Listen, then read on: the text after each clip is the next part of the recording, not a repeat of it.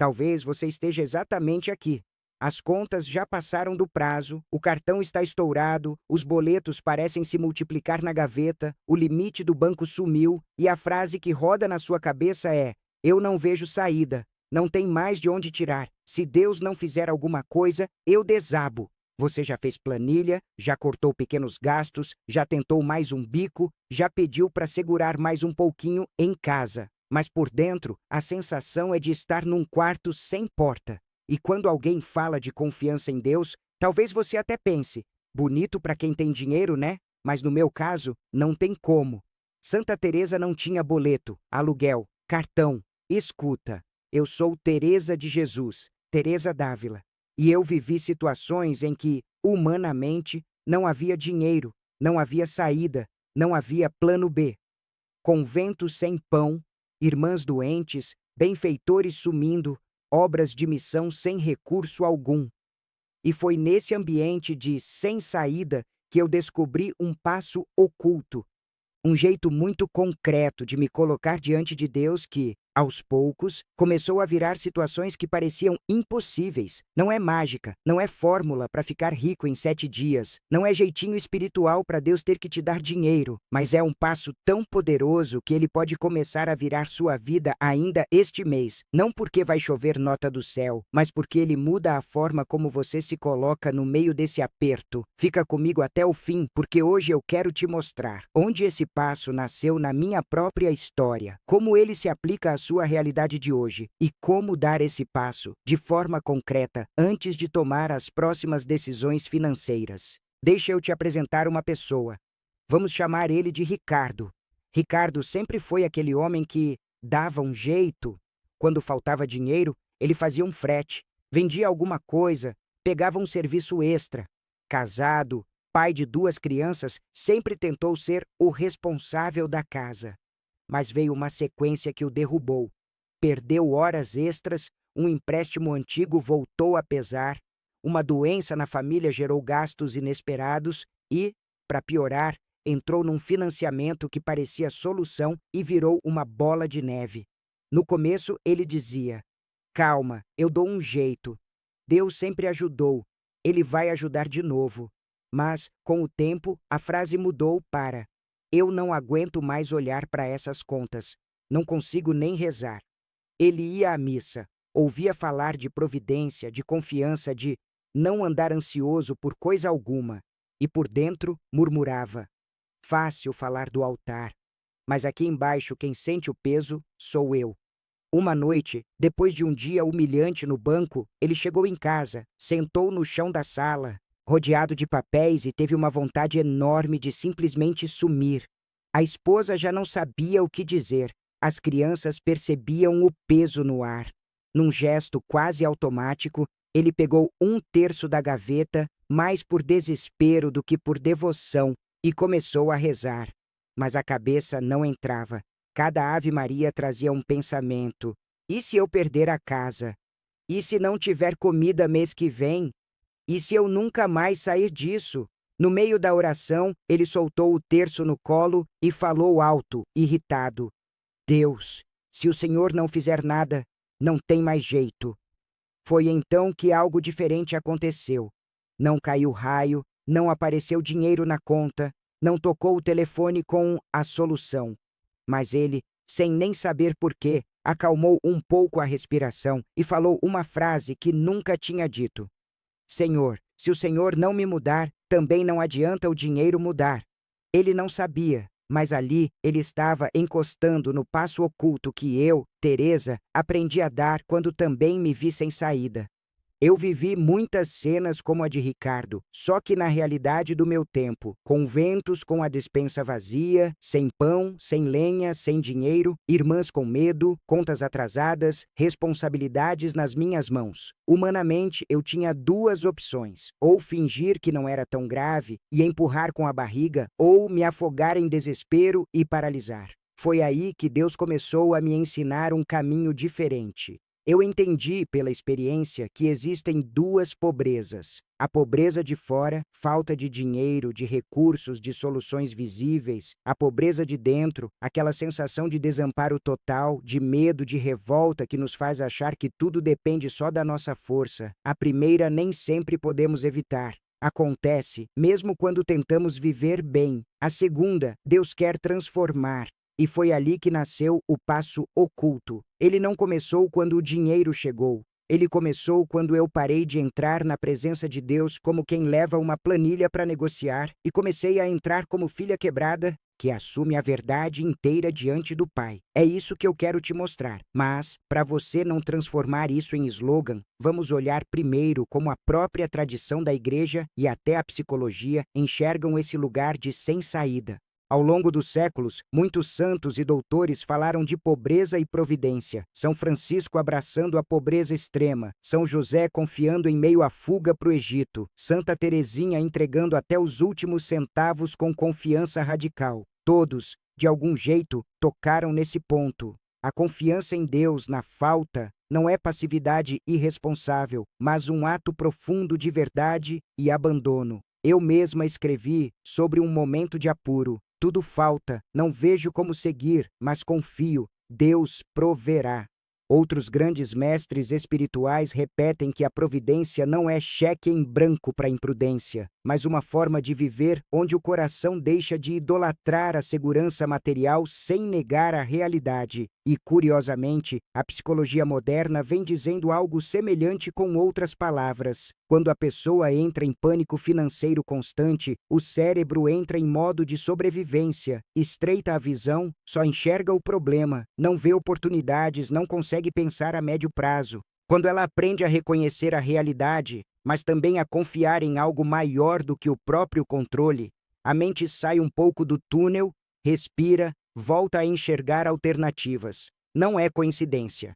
A fé vivida de forma madura tira o coração da escravidão de ter que controlar tudo e, ao mesmo tempo, dá coragem para agir. O passo oculto de Santa Teresa está exatamente nesse ponto. Como entrar diante de Deus no meio da crise financeira, de modo que, em vez de só reclamar ou negociar, você abra espaço real para ele agir em você e, a partir disso, também nas circunstâncias. Mas eu não vou te entregar tudo de uma vez. Porque se eu te disser só a frase final, você vai achar bonito e seguir a vida do mesmo jeito. Então eu vou te contar metade agora, o que você precisa mudar, na forma de chegar diante de Deus e deixar para um próximo passo uma parte ainda mais radical sobre decisões concretas que essa mudança exige. O passo oculto começa com uma postura interior que é muito simples de dizer e muito difícil de viver. Entrar na presença de Deus com a verdade inteira e um sim prévio. O que isso quer dizer? Vou te mostrar como eu faria se estivesse no seu lugar hoje à noite, com boletos, medo, vergonha, raiva e tudo. Antes de pedir qualquer coisa, antes de prometer vou ser melhor, antes de negociar, eu pegaria todas as contas, dívidas, medos, humilhações e colocaria diante de Deus sem maquiagem. Numa mesa, num caderno, numa folha escrita à mão, e diria algo assim: Senhor, esta é a minha realidade. Eu errei aqui, fui imprudente ali, fui pego de surpresa em outro ponto, tenho responsabilidades que não sei como cumprir. Eu não vou esconder nada de ti. Sem frase bonita. Sem tentar parecer mais espiritual do que é. Isso já é um choque, porque a gente tende a entrar na oração querendo aliviar a culpa sem encarar os fatos. Eu assumiria diante dele a minha parte, sem me afogar em culpa. Algo como: eu fiz escolhas erradas, tentei controlar tudo, deixei o medo mandar, talvez tenha buscado status, consumo, ou só fui imprudente mesmo. Eu me arrependo, perdoa-me. Não é autopunição, é verdade. E então viria o ponto central do passo oculto. Eu diria do jeito mais honesto que eu conseguisse: Senhor, antes de qualquer saída, eu te dou o meu sim. Se o Senhor abrir portas, eu vou entrar. Se o Senhor me pedir mudança de vida, eu vou dar. Se o Senhor me mostrar que alguns sonhos têm que morrer, eu aceito. Eu não quero só me livrar dessa conta. Eu quero aprender a viver contigo, inclusive no dinheiro. Percebe a diferença? Normalmente, a gente entra na presença de Deus com um roteiro pronto. Me tira desta, conserva minha vida do jeito que está, resolve esse problema e eu prometo. O passo oculto é entrar dizendo: eu te dou liberdade de mexer em tudo, inclusive na forma como eu ganho, gasto, desejo e sonho. Eu quero providência, mas também quero conversão.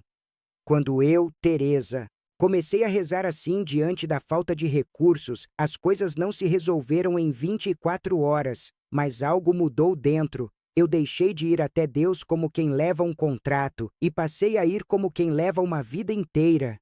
E a partir daí, ele começou a me pedir passos concretos, dizer não a obras que eu queria e não devia fazer, aceitar ajudas que feriam meu orgulho, simplificar a vida da comunidade, arriscar em missões onde, humanamente, parecia loucura. É por isso que eu digo que esse passo pode começar a virar sua vida ainda este mês. Não porque ele garante um depósito inesperado, mas porque ele muda a base a partir da qual você toma decisões e enfrenta os números. E acredite, muitas portas de oportunidade, de reconciliação, de reorganização financeira só ficam visíveis quando o coração sai do pânico e entra nesse movimento de verdade, mas sim.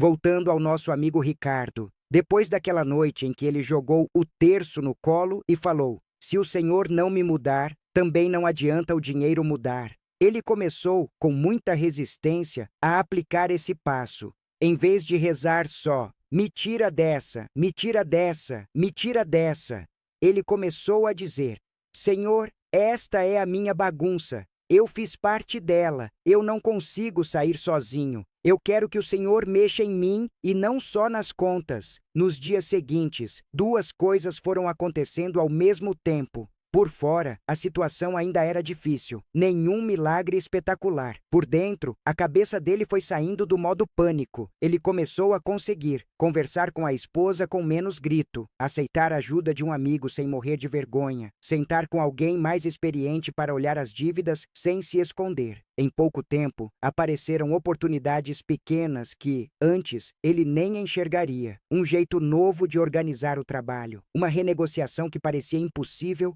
um corte de gastos que o orgulho não deixava fazer. Nada disso foi mágico, mas tudo isso foi consequência de um coração que disse: sim, Senhor, eu aceito ser mudado enquanto peço ser ajudado. É aqui que entram os benefícios psicológicos e espirituais desse passo. Você sai da posição de vítima paralisada e entra na posição de filho ativo. O cérebro sai da visão túnel da catástrofe e volta a enxergar detalhes, nuances, soluções que não pareciam existir.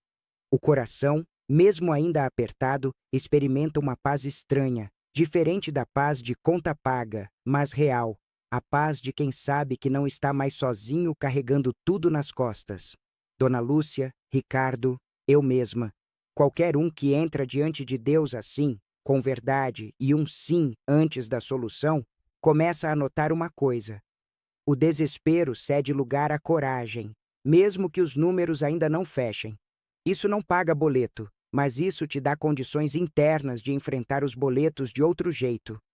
Se tudo isso tocou alguma coisa em você, eu quero te pedir um gesto muito concreto agora. Nos comentários, se você tiver coragem, escreva com as suas palavras: Senhor, eu te entrego minha vida financeira inteira, não só meus problemas. Muda as contas se quiser, mas muda também o meu coração. Você não precisa expor detalhes, nem valores, Deus sabe. Mas esse comentário, essa frase, já é um esboço desse passo oculto. E se você quer continuar caminhando nesse tipo de direção espiritual, sem fantasia, sem promessa vazia, inscreva-se no canal e ative as notificações. Cada novo vídeo vai ser mais um convite a trazer para Deus não só os problemas, mas a vida toda. Antes de terminar, eu quero te dizer uma coisa importante. Hoje nós falamos do passo oculto de Santa Teresa no meio da crise financeira. Verdade inteira, mas sim, prévio na presença de Deus. Mas existe um território mais difícil que ainda não tocamos. É quando, mesmo dando esse passo, fazendo tudo o que está ao alcance, reorganizando a vida, buscando ajuda honesta, as portas continuam se fechando. Quando aquela vaga não vem, a cura não chega, a venda não acontece, o negócio não se levanta. Quando, humanamente, parece que Deus não apenas não te tirou do buraco, mas permitiu que ele ficasse mais fundo. É aí que entra uma outra dimensão da providência que eu chamei, na minha experiência, de abandono total. Não confiar apenas que Deus vai mudar as circunstâncias, mas confiar que Ele continua sendo Deus mesmo se as circunstâncias demorarem a mudar. Nos próximos vídeos, eu quero entrar com você nesse terreno mais misterioso. Como continuar confiando quando o milagre não vem no prazo? Como discernir entre fé e imprudência? Como não usar providência como desculpa para decisões irresponsáveis? Se você quer trilhar esse caminho, fica comigo. Por hoje, olha de novo para a gaveta de contas, para o extrato, para o medo. E antes de qualquer ação, diga com sinceridade, como eu disse tantas vezes: Senhor, tudo falta, eu não vejo saída, mas eu te dou meu sim antes de qualquer solução.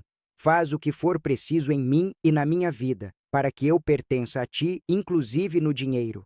Esse é o passo oculto. É pequeno aos olhos do mundo, mas muito grande aos olhos de Deus.